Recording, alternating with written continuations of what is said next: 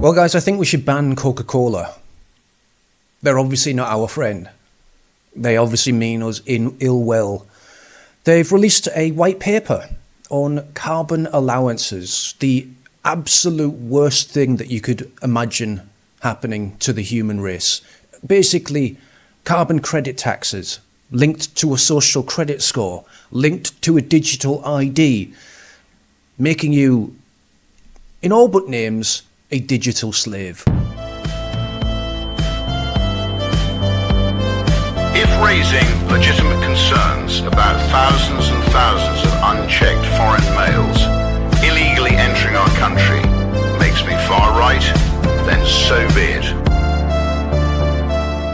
How to help consumers make informed choices.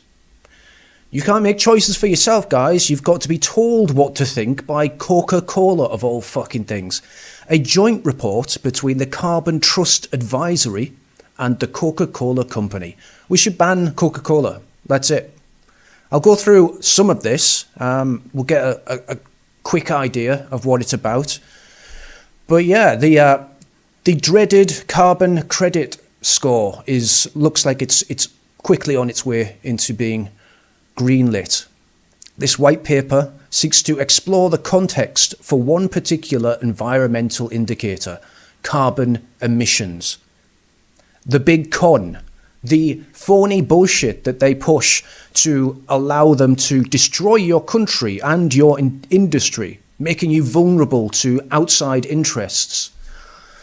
All the while browbeating you on how you need to save the environment. Your carbon credit tax, you can't eat that steak this month. All the while China opens another fucking coal-fired power station. China emits more CO2 than the rest of the world combined, and it's not even close. So all this is garbage. By developing an initial approach for the concept of personal carbon allowances, there you go, straight away. The white paper shows how personal carbon allowances could work in practice and explores the role that personal carbon allowances could play in helping consumers to make more informed choices about the products that they consume. We hope that the white paper and the project and research which has been undertaken provides a positive contribution to an emerging debate and highlights the role that product-specific carbon information, could play in encouraging consumers to behave in a sustainable and low-carbon way. Control, control, control. This is the digital leash around your neck. It does not provide a definitive solution and at the same time poses many questions. All right. Providing environmental information in a credible, relevant and understandable way which empowers consumers and encourages meaningful actions is a significant challenge.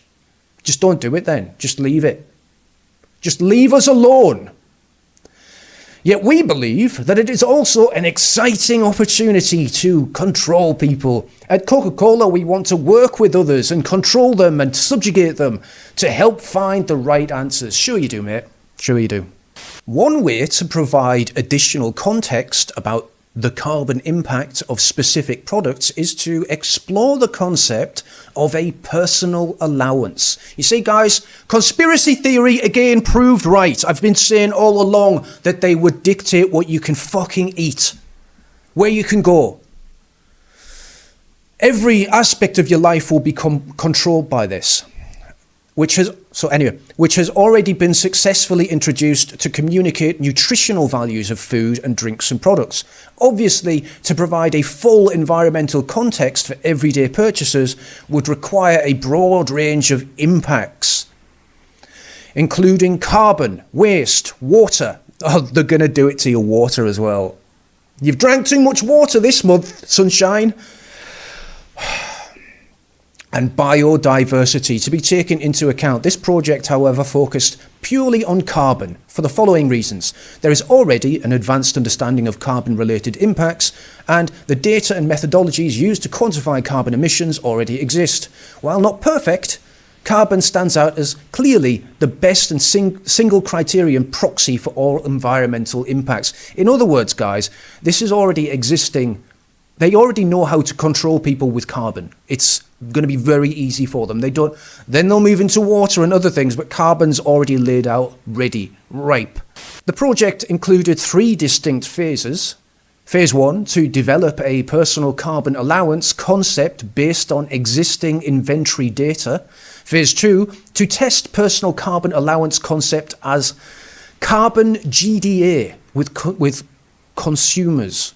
They don't even call them customers anymore. They're just consumers, units, numbers. To research consumer understanding of carbon. To test whether the application of a personal carbon allowance as a carbon GDA provides a useful context to consumers to enable informed decision making, i.e. to reduce the total carbon emissions from food and drink products. Eat the bugs. Eat the bugs, guys. To understand how consumers behave in the light of being informed about their carbon impact on their lifestyle choices. Very insidious, isn't it? It's all very, very insidious. To test a variety of methods for communicating the carbon footprint of products to consumers, example in the form of carbon GDA. And phase 3, to use the findings from the project to develop a set of recommendations, which would inform related policy decisions. So they're going to be informing government on what to do. Why the Coca-Cola company is interested in this? It's very interesting, isn't it, guys? It's very strange. Developing a personal daily carbon allowance. There you go. I mean, I'll provide a link. In fact, you can see the source of this. I'll put a link in the description below, guys, linking to this. But it's exactly what I said. Oh, look at this. It's exactly what I said. This will be your daily guideline amount, right? Calories. For women, 2,000. For men, 2,500. And children, 1,800. And here they've got a breakdown of annual consumption of CO2 for companies, manufacturing, government, consumers. They broke it down into the different categories of food, drink, gas, electricity, lifestyle, holidays. And here's your daily target emissions. So this is what you'll get, guys. You'll be given a daily target that you'll have to reach. And if you don't reach that, consequences will come your way. And in lifestyle and leisure, you'll have 3.11 kilograms that you'll be allowed to use. On your holidays per day over the year, it will be reduced to 2.61 kilograms. Commuting, 0.72. I guess you won't be driving anywhere, guys. You won't be fucking driving anywhere. Personal daily allowance, 2.95 kilograms of CO2. Electricity, 2.3. Gas, 1.5. Drinks, including water, 1.3. And food, 5.3. So that's a total of 19.9 kilograms per day in CO2 that you're allowed to use. And if you go over that, well, like I said, there'll be consequences coming your way. This is Orwellian, nightmarish, disgusting bullshit.